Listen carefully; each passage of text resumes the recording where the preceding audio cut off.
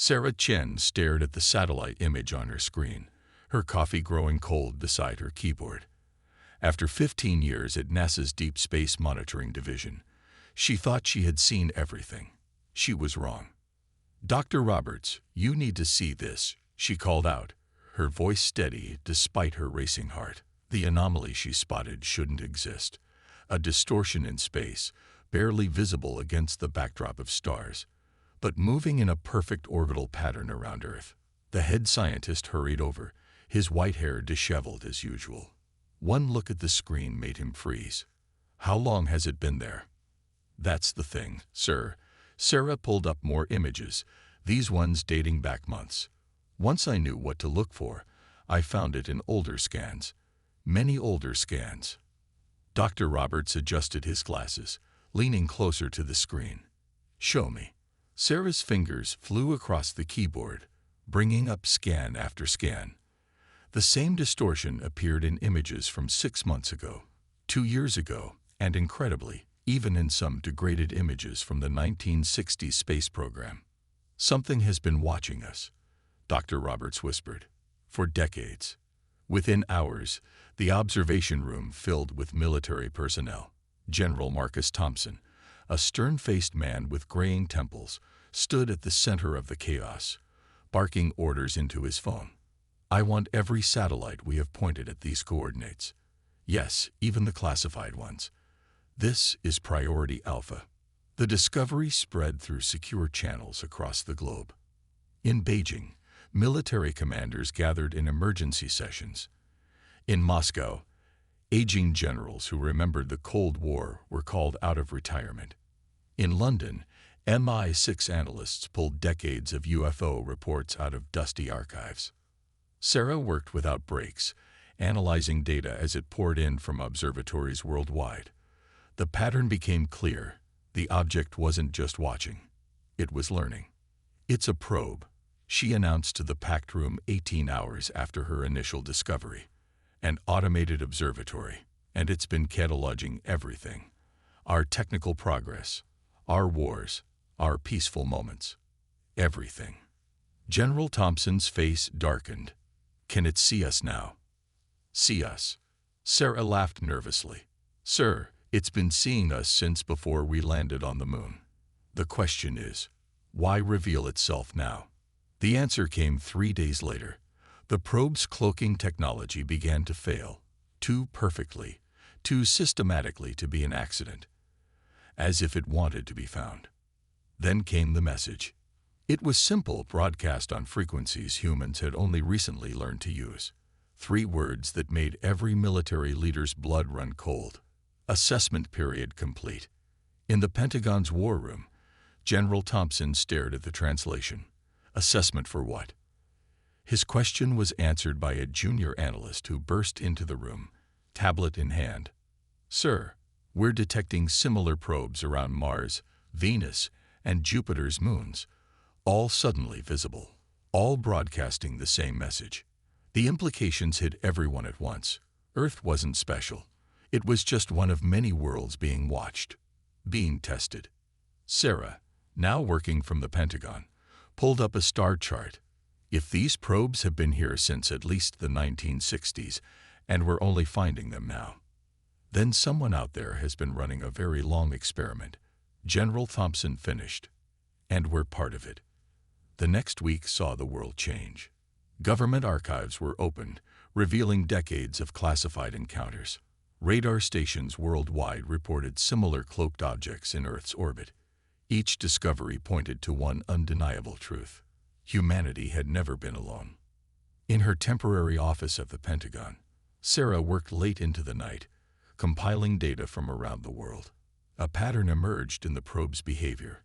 They had watched every major human conflict, every technological breakthrough, every step towards the stars. As she stared at her findings, a chill ran down her spine. The probes hadn't just been observing. They had been evaluating humanity's potential, as a species, as a civilization. And now, the test was over. General Thompson's words at the emergency UN session summed up what everyone was thinking. "Ladies and gentlemen, We've been under surveillance by an advanced alien civilization for at least 60 years. They've watched our wars, our progress, our resilience, and now they've decided they've seen enough. The question is, did we pass their test? The world held its breath, waiting for the next message from the stars. But in military bases across the globe, commanders began opening sealed orders, plans made decades ago for exactly this scenario. Humanity had been preparing too, whether they knew it or not. The United Nations emergency bunker buzzed with activity. Representatives from every major nation sat around a massive circular table, their faces lit by the glow of digital screens. Above them, a holographic display showed the positions of the now visible alien probes.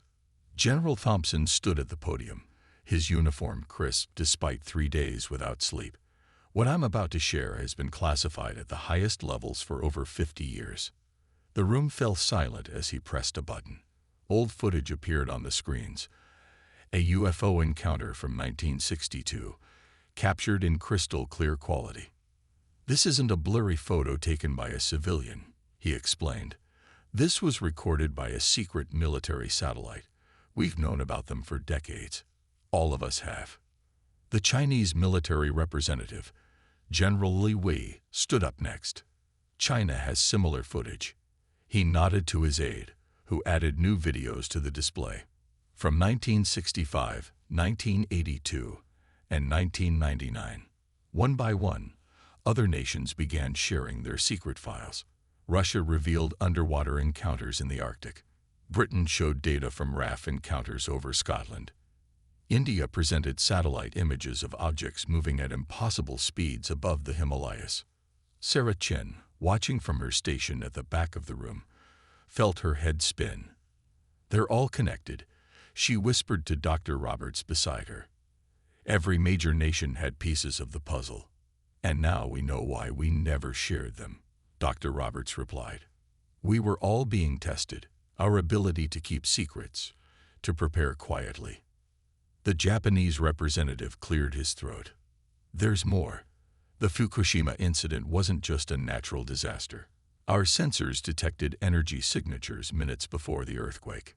Gasps filled the room. General Thompson nodded grimly. "Same with Hurricane Katrina, the 2004 tsunami, and dozens of other natural disasters. They were tests, seeing how we would respond to crisis." Sarah's fingers flew across her tablet, correlating dates. "Look at this pattern," she called out, sending her analysis to the main screen. Every major conflict in the past 50 years was followed by a spike in UFO activity. They were studying our warfare capabilities. General Li Wei stood again. "The Cold War was partly engineered," General Thompson finished. "They wanted to see how close we could come to destruction without actually destroying ourselves." The room erupted in angry shouts and accusations. The Secretary General banged his gavel repeatedly until order returned. "What matters now," he said firmly, "is what we do next. We're clearly facing something far beyond our individual nations' capabilities." Sarah raised her hand. "Sir, I've analyzed the probe's recent behavior. They're not just revealing themselves, they're positioning themselves. Standard military formation." Dr. Roberts pulled up new satellite data. "She's right. And there's something else. The energy readings from these probes, they're increasing, as if they're powering up." General Thompson straightened his shoulders. "Then we do what we've been preparing for all along. Every major military power has secret protocols for this scenario. Projects we've been working on quietly, separately, but with the same goal." He pressed another button, revealing the new set of classified files. Project Defender. Each nation developed a piece of the puzzle. Alone, they're impressive. Together, the screens filled with technical specifications, advanced weapon systems, energy shields, quantum communication networks. Each nation had developed different pieces of humanity's defense system. "The aliens didn't just test our ability to fight," General Li Wei said, understanding dawning on his face. "They tested our ability to keep secrets from each other." to develop technology independently. And now, General Thompson added, they get to see if we can work together. The Secretary General stood, his face resolute. I call for an immediate vote. The formation of a unified Earth Defense Force, combining all our secret projects and capabilities. The vote was unanimous. As the meeting ended, Sarah approached General Thompson. Sir, the probes are broadcasting again. Everyone froze as the message played through the room's speakers. Phase 2 initiated. General Thompson's face hardened. Well, they wanted to see if we could unite against a common threat. He looked around the room at the representatives of Earth's nations, all standing together. Message received. In orbit, the alien probes continued their silent watch as humanity began to reveal its true strength. The test wasn't over. It was entering a new phase. And this time, Earth was ready to show its full hand. Deep beneath the Rocky Mountains, Sarah Chen stared in amazement at the massive underground facility. The elevator had taken them down for 5 full minutes, each level revealing more secrets than the last. Welcome to Project Defender's main hub, General Thompson said, leading the small group of international representatives through thick glass doors, one of 20 similar facilities around the world. Dr. Roberts whistled softly. All this time, right under our feet. The chamber they entered was enormous, stretching for what seemed like miles. Advanced aircraft in various stages of construction filled the space. But these weren't normal planes. Their designs were unlike anything publicly known. Reverse engineered, General Lai Wei explained, running his hand along one sleek hull. From crashed alien craft we recovered over the decades. Each nation got different pieces. Now we can finally share. Sarah's tablet beeped continuously as it detected various energy signatures. These power readings, they're off the charts. Antimatter engines, a new voice said. Dr. Yuki Tanaka, Japan's lead scientist, stepped forward. We cracked the technology in 1995. Been perfecting it ever since. The tour continued through different sections. Each revelation was more shocking than the last. Russia had developed energy shields. China had mastered gravity manipulation. India had created quantum communication systems that worked instantly across any distance. But how did you hide all this? Sarah asked, watching robots assemble what looked like a space fighter. The power requirements alone. General Thompson smiled. Remember those experimental power plants, the ones environmental groups protested. Perfect cover for quantum reactors. They entered another chamber, this one filled with rows of advanced computers. Holographic displays showed complex calculations floating in the air. True AI, Dr. Roberts breathed. You actually did it. 10 years ago, Dr. Tanaka confirmed, but we kept it limited, controlled.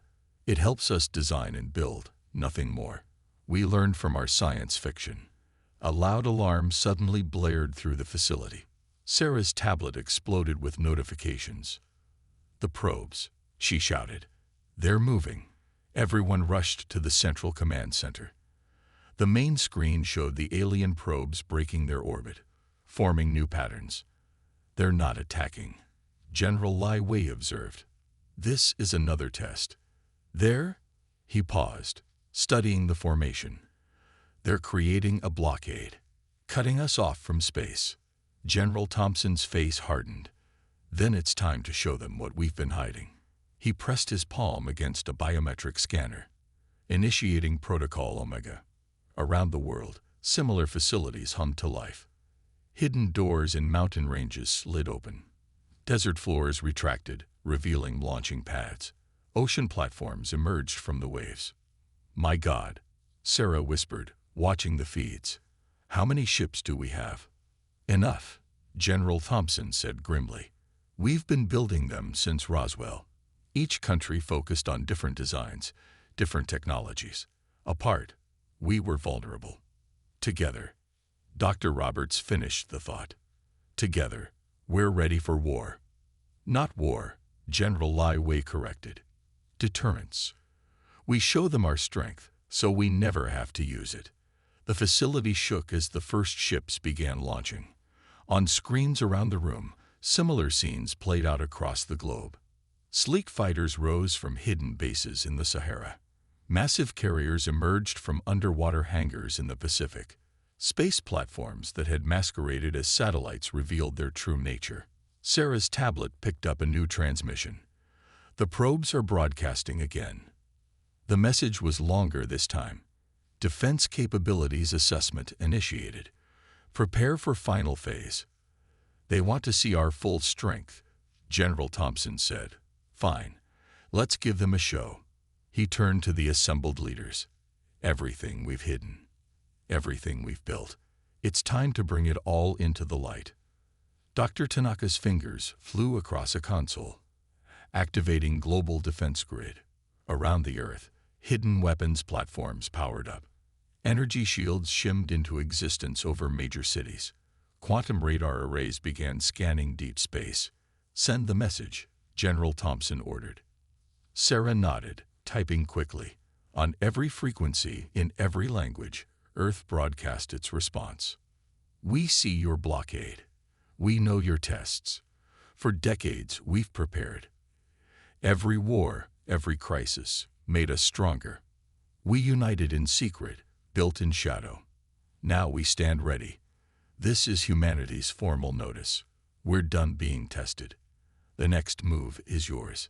In orbit, the alien probes shifted as if surprised. Humanity had kept more secrets than they expected, and they hadn't seen everything yet. The moon hung silently in space, its cratered surface peaceful against the backdrop of stars. But not for long. From Earth's hidden bases, hundreds of ships rose into the night sky. In the command center, Sarah Chen watched the coordinated launch with a mixture of awe and tension. Each vessel represented decades of secret development, now revealed to both their alien watchers and the public below. All ships in position, General Thompson announced. Begin Operation Lighthouse. Dr. Roberts leaned forward in his chair. Are we sure about this? Once we show them everything. They need to know we're not helpless. General Lai Wei interrupted. The time for hiding is over. The first demonstration began. A squadron of American ships, their hulls gleaming with stealth technology, performed a series of maneuvers that seemed to defy physics. They accelerated from 0 to light speed in seconds without any visible propulsion. Inertial dampeners and quantum drives, Dr. Tanaka explained proudly. The aliens thought they were watching us struggle with chemical rockets all these years. Next came the Chinese fleet. Their ships split into smaller units, then merged back together seamlessly, revealing advanced nano-construction technology that had been perfected in secret underground facilities. Probe signals are increasing, Sarah reported, studying her displays. They're definitely paying attention now. The Russian contingent moved into position next. Their massive ships activated energy shields that could absorb the power of a small sun. They had tested them in secret during alleged Northern Lights research missions. General Thompson nodded to Dr. Roberts. Show them our precision. A single beam of energy shot from an Indian vessel, threading through a series of small asteroids before splitting into hundreds of smaller beams, each hitting a designated target with perfect accuracy. Quantum targeting systems, Dr. Tanaka said, paired with AI prediction algorithms. No target can escape once locked. But the real demonstration was yet to come. General Thompson pressed a series of commands into his console, initiating Phase 2 of Operation Lighthouse. The moon's surface suddenly rippled. Hidden doors, disguised as craters, slid open. From within emerged massive defense platforms, built in secret over decades through what the public had thought were routine satellite maintenance missions. We weren't just going to space for exploration. General Lai Wei smiled. Every mission had a dual purpose. Even our failed launches were often covers for military installations. Sarah's instruments detected new signals. The alien probes are moving. They're adjusting their formation. Good, General Thompson said. Now for the final. Dr. Tanaka, if you would. The Japanese scientist activated a special sequence. Far beyond the moon, hidden quantum sensors activated. They revealed a massive network of satellites extending throughout the solar system. Early warning system, Dr. Roberts explained. We've had eyes everywhere for years. Those mysterious space radiation bursts. Our sensors coming online. General Thompson stood tall. Send the message.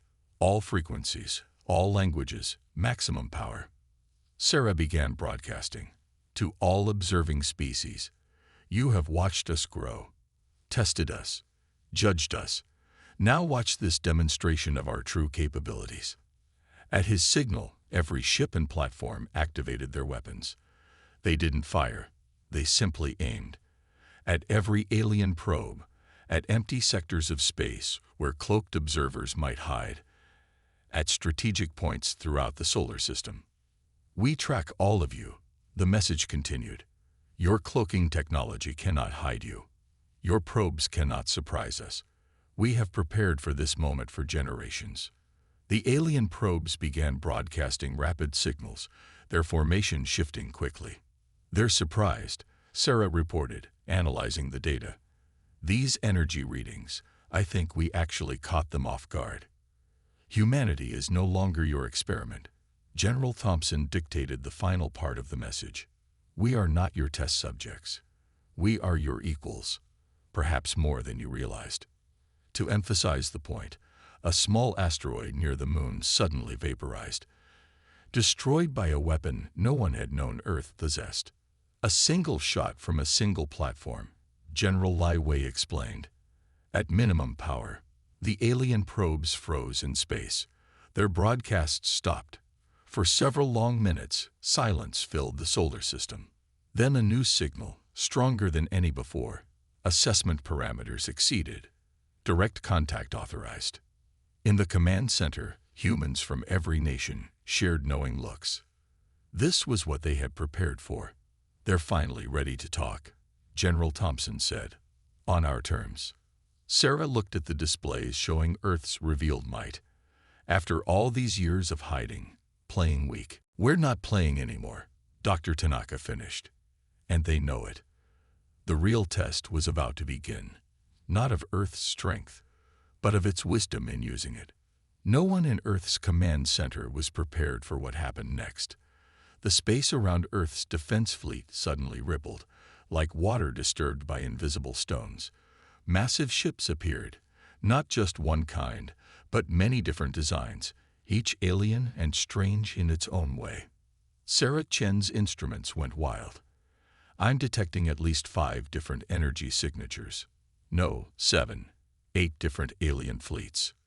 General Thompson remained calm, though his knuckles were white as he gripped the command console. Hold positions. No one fires unless fired upon. The largest alien ship, shaped like a crystalline spiral, moved forward. A transmission reached Earth in all languages simultaneously. Greetings, warriors of Earth. I am High Observer Zinra of the Galactic Council. Your demonstration has exceeded all projected outcomes. Dr. Roberts studied the readings. That ship alone has enough power to light up a small sun. And yet, General Lai Wei noted, they're keeping their weapons power down. Interesting. A second alien ship, this one appearing almost organic in nature, moved forward. Its transmission had a different tone entirely. We told you they were developing too fast. Their deception skills alone proved they're too dangerous. Silence, Kretvar, came the response from a third ship, sleek and metallic. Your species voted for continued observation. You cannot complain about the results now. Sarah looked at her superiors. Are they arguing about us? Like scientists disagreeing over a lab experiment, Dr. Tanaka said, his voice bitter, one that got out of hand. High Observer Zinra's voice cut through the chatter. Humans of Earth, you have been part of the longest evaluation period in Galactic Council history. Some species wanted to restrict your development. Others sought to protect you. All agreed you needed testing. General Thompson stepped forward. Testing for what? Survival, came the answer. Your planet sits at a crucial junction of space lanes. Your solar system contains resources valuable to many species. We needed to know if you could protect them." The angry voice of Kretvar cut in again. They were supposed to develop slowly. Their wars should have kept them divided.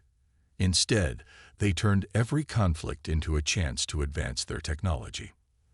"That was the point," said another alien voice, this one somehow amused. "Their paranoia made them stronger. Every threat pushed them forward. Even our disasters only made them more resilient." Sarah's screens filled with new data as the aliens shared their records. Years of observation, tests, and interventions. The Cold War, natural disasters, political conflicts, all carefully monitored, some subtly influenced. "You tested our responses," General Lai Wei said, understanding dawning. "But we were testing ourselves even harder." "Precisely," High Observer Zinra confirmed. "While we watched for specific developments, you prepared for everything. Where we expected division, you found unity and secrecy. Where we looked for weakness, you built strength." Dr. Tanaka studied the alien ships. "Each of you represents a different civilization, different interests. Some wanted to conquer you," came the honest reply. "Others saw potential allies. A few suggested eliminating the threat you might become. But all agreed to observe first." "And now?" General Thompson asked the crucial question. The alien ships moved, forming a circle around Earth's fleet, not threatening, but respectful, like equals meeting for the first time. "Now you have demonstrated capability beyond our projections. Your technological advancement, hidden so carefully. Your unified response, planned for decades. Your strategic thinking." Sarah interrupted, her eyes on her readings. "Sir, more ships appearing. Hundreds of them, all around the solar system." The humans watched in awe as the true size of the alien presence revealed itself. Ships of every size and design faded into view, having watched Earth for centuries. "All of these were here, the whole time," Dr. Roberts whispered. "As you had your secrets, we had ours," Zinran explained. "But now the game of shadows is over. Your world has proven itself ready for the greater galaxy." General Thompson stood straight. "Ready for what?" "For everything," came the response. "Trade, diplomacy, alliance, or war, if necessary. You have proven you can handle any of these outcomes." The angry Kretvar spoke again. "Some of us still think you're too dangerous to trust." "Perhaps," General Lai Wei responded calmly. "But as you've seen, we're too dangerous to ignore." In the command center, Sarah looked at the massive display of alien ships surrounding their world. Earth's fleet seemed small in comparison, but it held its position proudly. "So what happens now?" she asked quietly. High Observer Zinra's response carried both warning and respect. "Now, humans of Earth, you join the galaxy. Not as subjects or specimens, but as equals. Whether that brings peace or conflict is up to all of us." The galactic stage was set. Humanity had passed their test, but the real challenges were just beginning.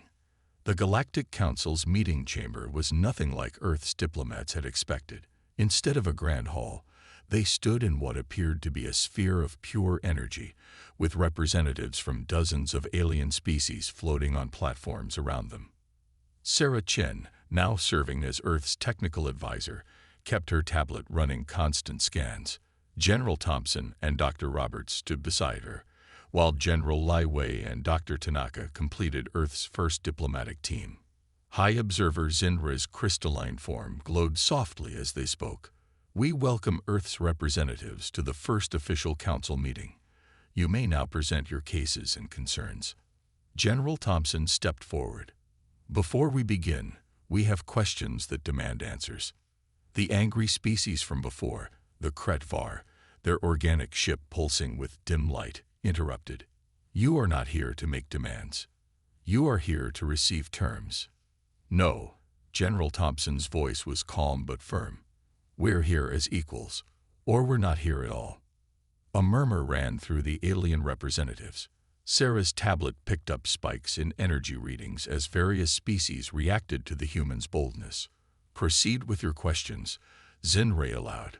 Dr. Roberts activated a holographic display showing Earth's history, the Vietnam War, the Middle East conflicts, the African civil wars. How many of these did you influence? Silence filled the chamber. Then a new alien species, appearing almost like living smoke, spoke up. We needed to test your warfare capabilities. By making us kill each other. Dr. Tanaka's voice was sharp. By seeing how you would advance under pressure, the smoke-like alien corrected. Your species turns conflict into progress unlike any we've seen. General Lai Wei stepped forward. The tsunamis, the earthquakes, the natural disasters, those were your tests too. Some, Zinray admitted. We needed to evaluate your crisis response, your ability to recover, to adapt. Sarah's tablet beeped, and the computer viruses, the cyber attacks, the technological setbacks. A mechanical-looking species answered this time, testing your digital defenses, your ability to protect your information systems. Every test, General Thompson said clearly, every challenge you created, killed innocent humans. Do you understand what that means? It was necessary, Kretvar insisted. Your species needed to be evaluated thoroughly before. Before what? General Thompson interrupted. Before you decided if we deserved to live, to keep our own planet. The chamber erupted in alien voices, some angry, others defensive. Zinra raised an appendage for silence. You must understand. Your solar system sits at a crucial intersection of space lanes. Your planet holds valuable resources. We needed to know if you could be trusted with such a strategic position. Dr. Tanaka laughed bitterly. Trusted? You manipulated us, tested us, killed us, and now you speak of trust. Sarah's tablet suddenly lit up with new readings. She looked up sharply. They're scanning our defense fleet. Right now. General Lai Wei smiled coldly. Still testing us. You can hear. Then let us be clear. He pressed a button on his uniform. Throughout the solar system, Earth's hidden defense platforms activated. New ships appeared from secret locations. Weapon systems came online. We knew you'd try to scan us during negotiations, General Thompson explained. So we kept our full capabilities hidden. Again. The alien representatives shifted uneasily. Sarah's readings showed their surprise. You see, Dr. Roberts continued, while you were testing us, we were learning from you. Every probe you sent taught us something. Every test made us stronger. And now, General Thompson's voice carried through the chamber. We have terms of our own. He laid out Earth's demands. Full recognition as an independent species, equal trading rights, non-interference in Earth's internal affairs, and compensation for past manipulations. Outrageous, Kretvar exclaimed. You dare to demand. We dare, General Lai Wei cut in. Because we've earned it. Through blood and sacrifice you forced upon us. Zinra studied the humans carefully. And if we refuse, then Earth declares itself a closed system, Dr. Tanaka answered. No trade. No diplomatic relations, and our defense fleet will enforce our isolation. You would cut yourself off from the galaxy, the smoke-like alien asked. Surprised. We've survived alone this long, Sarah responded. Thanks to your tests, we can survive alone indefinitely. The chamber fell silent as the aliens considered this. Finally, Zinra spoke. You continue to surprise us, humans. Perhaps that is why some feared you, and why others championed you. We don't want fear or championing, General Thompson said firmly. We want respect. As equals. Nothing more. Nothing less. The Galactic Council chamber hummed with energy as the species began their deliberations. Earth's representatives stood firm, knowing that this time they weren't being tested. They were doing the testing. The Galactic Council's deliberations had lasted 3 Earth days. During this time, Their ships remained in formation around Earth's fleet, while teams of alien scientists frantically analyzed every piece of data they had on humans. Sarah Chen stood at her monitoring station in the council chamber, watching as yet another alien species presented their findings. "It doesn't make sense," the insect-like researcher chittered. "Their technological progress doesn't follow any known development pattern. Look at these advancement spikes." The holographic display showed humanity's progress over centuries. What should have been a steady curve instead showed sharp jumps and unexpected turns. "Every time we introduced a challenge," Dr. Roberts explained, "we didn't just overcome it. We turned it into an advantage." The smoke-like alien drifted closer. Example. General Thompson stepped forward. "The nuclear arms race. You expected it to destroy us. Instead, we used that research to develop clean fusion power. Weapons became energy sources. The computer viruses you sent," Dr. Tanaka added, "they led us to develop quantum encryption. Your attacks improved our defenses." Kretvar, who had been unusually quiet, suddenly burst out. "But the psychological trauma, the wars, the disasters, these should have broken your spirit." General Lai Wei smiled. "Instead, they united us. In secret, but completely." Sarah's tablet beeped with new data. "Look at these readings," she called out. "Every nation developed different technologies, different strategies. Apart, we were impressive. Together you're formidable." High Observer Zinra finished. "We've never seen a species turn setbacks into advantages so consistently." The mechanical species added their analysis. Their paranoia served as an evolutionary advantage. They prepared for scenarios we hadn't even considered testing. "Like this," Sarah said, pulling up classified files. "When we detected your probes, we didn't just build defenses against what we saw. We imagined every possible threat and built counters for all of them." The aliens watched in silence as humanity's true preparations were revealed. Underground cities that could house entire populations. Seed vaults containing Earth's complete biosphere. Technologies that could terraform Mars in weeks if Earth became uninhabitable. "You prepared for total extinction," the smoke-like alien observed. "And colonization," General Thompson nodded. "And biological warfare. And dimensional invasion. And time travel attacks." "Time travel isn't possible," Kretvar scoffed. "We know that now," Dr. Roberts smiled.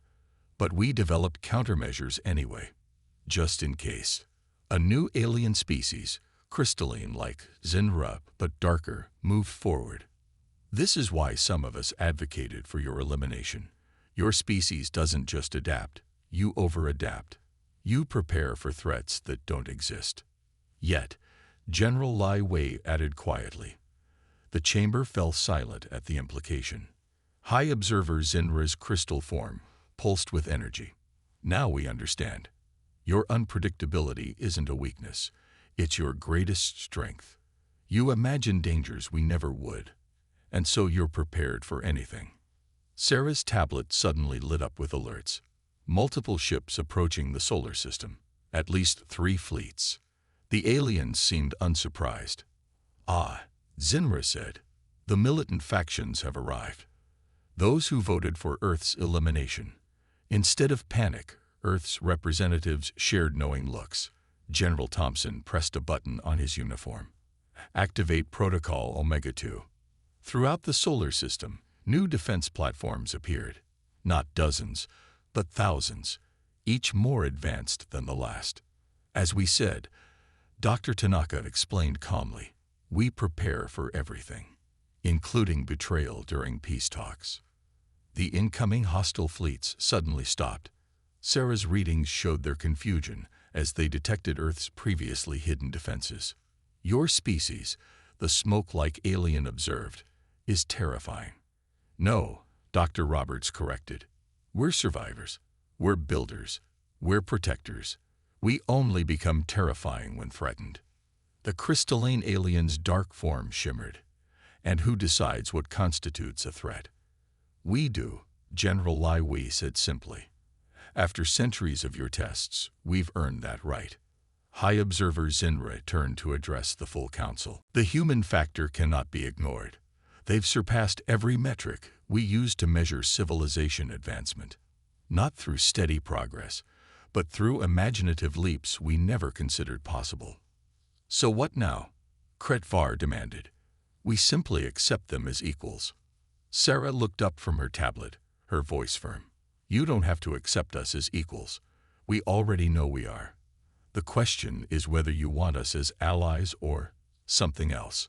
The council chamber hummed with energy as the aliens faced their first true diplomatic crisis in centuries. They had wanted to test humanity's readiness for the galaxy. Instead, humanity had tested their readiness for humans. 1 month after the Galactic Council negotiations, Earth's orbital space buzzed with activity. Alien trading ships moved carefully through designated lanes, watched by Earth's defense platforms. On the Moon's surface, the first joint human-alien scientific facility was under construction. Sarah Chen stood at her new post in the Global Defense Command Center, monitoring traffic through the solar system. General Thompson and the others gathered around the main display, where High Observer Zinra's image hovered. The trade agreements have been finalized, the crystalline alien announced. Earth is officially recognized as a sovereign system with full Galactic Council membership. And the compensation? General Lai Wei asked firmly. Being processed, advanced medical technology from 12 species, clean energy systems from 8 others, and military technology from those who chose to share. Dr. Roberts studied the incoming data, and those who didn't share have withdrawn from Earth space entirely. Zinra's crystal form pulsed with what seemed like amusement. They fear you might reverse engineer their ships just by looking at them. Smart of them, Dr. Tanaka smiled. Since we already did. Sarah's monitors beeped. Another Kretvar ship requesting emergency landing. Engine problems, they say. Third one this week, General Thompson noted. They're testing our repair capabilities now. Let them, General Lai Wei said. Every encounter teaches us something new. The main screen split to show multiple feeds. Human ships escorting alien vessels. Joint construction projects on Mars. Scientists from a dozen worlds sharing knowledge. But in the background, Earth's defenses remained vigilant. Trust but verify, Dr. Roberts quoted. The old Cold War doctrine serves us well in space. High Observer Zinra's image flickered. Some council members still question our decision to grant Earth such autonomy. They say you're too unpredictable. Good, General Thompson replied. Unpredictable kept us alive. Unpredictable made us strong. Unpredictable will keep us free. Sarah's screens lit up with new data. The deep space sensors are picking up something. Multiple signatures, edge of the system. The room tensed, but there was no panic. Earth had faced too much to panic now. Ah, Zinra said. The Drachnid Empire. They refuse to believe our reports about Earth's capabilities. They prefer to see for themselves. The new alien fleet emerged from hyperspace, massive ships that dwarfed even the council vessels. Their design screamed intimidation, all sharp angles and weapon ports. General Thompson just nodded. Protocol Epsilon. Show them everything. Around the solar system, Earth's full defense grid activated. Not just the weapons they'd revealed before, but everything. Ships emerged from dimensional pockets. Platforms appeared from within stars. Networks of quantum-linked defense satellites synchronized. Sarah's readings went off the scale. The Drachnid fleet, they're powering down weapons. They're retreating. Of course they are, Dr. Tanaka said quietly. They came expecting to find a primitive world barely managing alien technology. Instead they found us, General Lai Wei finished. Humanity. Ready and waiting. High Observer Zinra's crystal form pulsed with multiple colors. You understand now why the Council voted to accept your terms. Your species doesn't just use technology. You imagine new ways to use it. You don't just prepare for threats. You prepare for impossible threats. Nothing's impossible, Dr. Roberts corrected. We learned it from your tests. Every challenge you sent made us think bigger, dream harder, build better. Sarah's monitors showed the Drachnid fleet vanishing into hyperspace. They're spreading the word now. Earth isn't just another world joining the galaxy. No, General Thompson agreed. We're something new, something they've never seen before. The displays showed Earth's combined fleet, human ships of all nations flying together, alien traders moving through safe zones, joint defense platforms scanning deep space. A world that had turned centuries of testing into strength. Send the message, General Thompson ordered. To everyone, the final warning. Sarah began broadcasting on all frequencies in all languages across the entire galaxy. To all species watching Earth. Your tests are over. We've passed every challenge, survived every trial. Now we stand as equals, ready to trade, to share, to grow. But remember what your tests taught us. We're stronger than you imagined, more prepared than you believed possible. And we're always, always watching. Just like you taught us to be, Dr. Tanaka added quietly. In orbit, Earth's fleet stood guard as a new dawn broke over the planet. Humanity had earned its place among the stars not through conquest or submission, but through determination, ingenuity, and an endless capacity to turn challenges into triumphs. They had been tested. They had been ready. And now the galaxy would never be the same.